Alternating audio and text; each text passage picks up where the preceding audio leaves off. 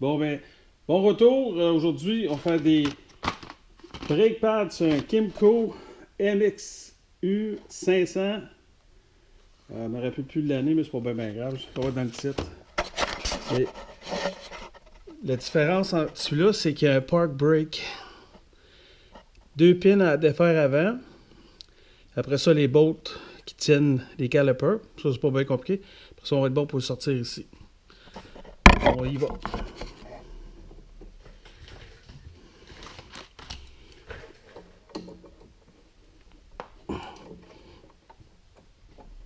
Oh boy, c'est tight ça.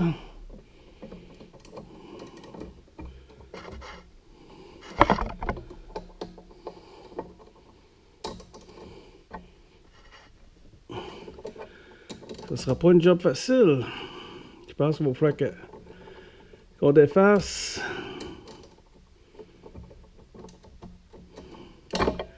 Puis qu'on mette ça sur le tout. En tout cas, on va commencer avec les bottes en arrière d'abord.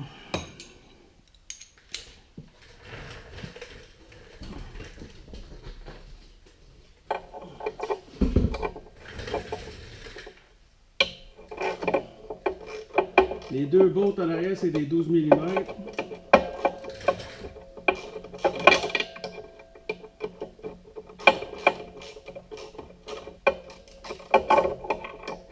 Ça fait assez bien encore même.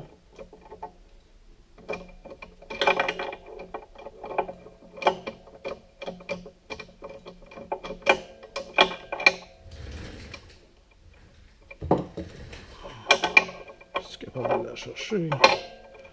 Oh yes. Et de 1. Et une là en haut.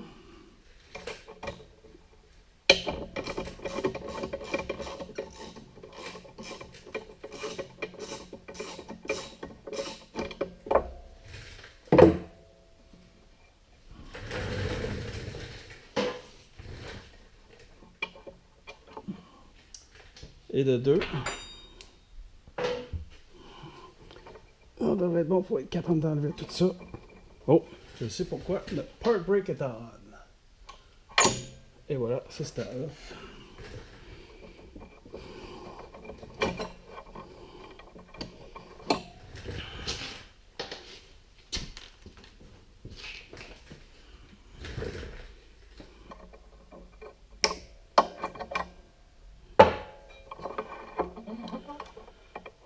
Juste vous montrer, je pense que j'ai plus de brake pad. Métal sur métal. Là, que je vais faire, je vais m'arranger pour défaire mes deux pins. Puis je vous ramène une fois que ça c'est fait. Ok, ça casse de l'air les pads, là, full usé. Oups. Puis ça, c'est le pad intérieur, ça c'est l'extérieur. Fini. C'est des pads d'origine, c'est pas compliqué. Pour rentrer le piston, lui, c'est pas un piston normal. C'est comme les chars. À cause que l'handbrake, cette partie-là, il visse. Il ne fait pas juste rentrer, il visse.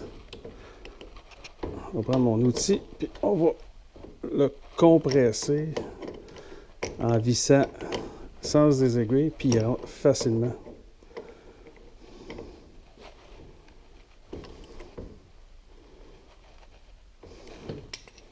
En faisant un petit dégât, mais pas grave, la majorité de l'huile est partie pareil.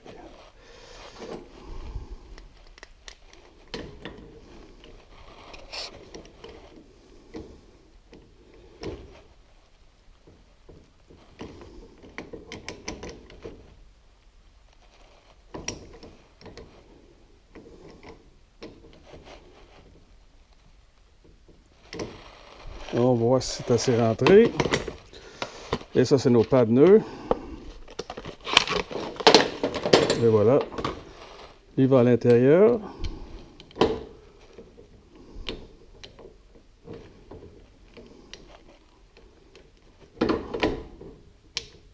Quelque part de même.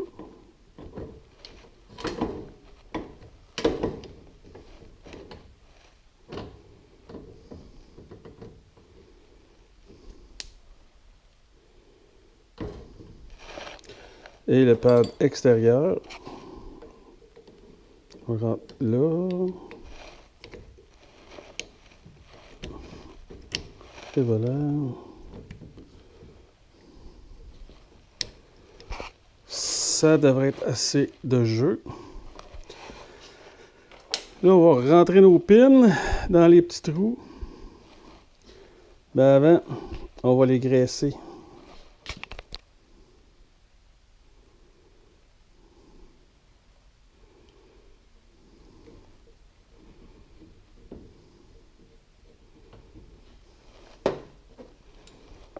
Et de 1.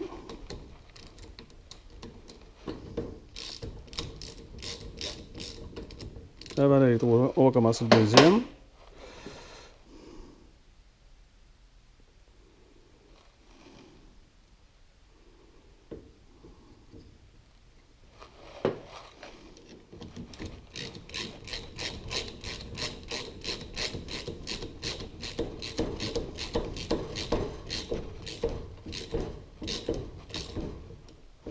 On va juste accoter nos pins.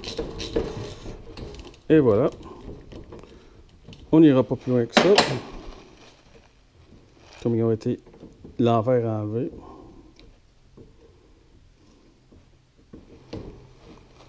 Là, je vais repositionner la caméra pour vous montrer comment ça s'installe à cette heure. Merci. Bon, là, on est rendu au point à réinstaller notre notre caliper avec la park brake. J'ai réinstallé le câble, j'ai réinstallé ma hose à break. Oui, je vais être obligé de saigner ça après, mais ça, je le ferai pas sur cette vidéo-là. Mes bolts sont préparés avec du Loctite. Une en bas là, une en haut ici. J'ai pas changé de 10 parce que le 10 ça n'a pas l'air trop magané. N'oublions pas que c'est juste un 4 roues et non un automobile. J'ai une belle gap sur mes pads. Et qu'est-ce qu'on fait? On insère le caliper en mettant les pads de chaque bord. Ça, on va s'assurer que ça c'est pas dans le chemin. Et là, ça va être une question de aligner une des bottes la plus facile. C'est probablement la celle du haut. Qui est en haut ici.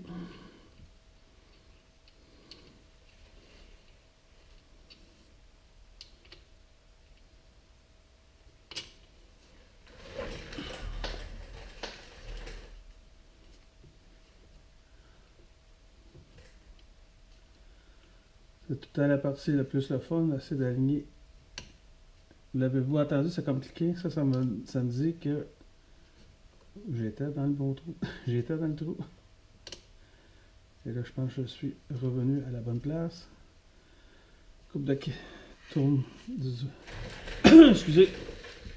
Coupe de tournage de la botte à la main. Là, à cette heure, celle du bas devrait être moins dure parce que ça devrait s'aligner facilement.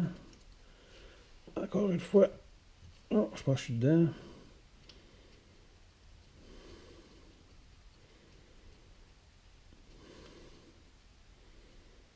Et voilà. Après ça, on prend un outil. C'est à 12 mm. Et voilà, ça c'est la botte du bas.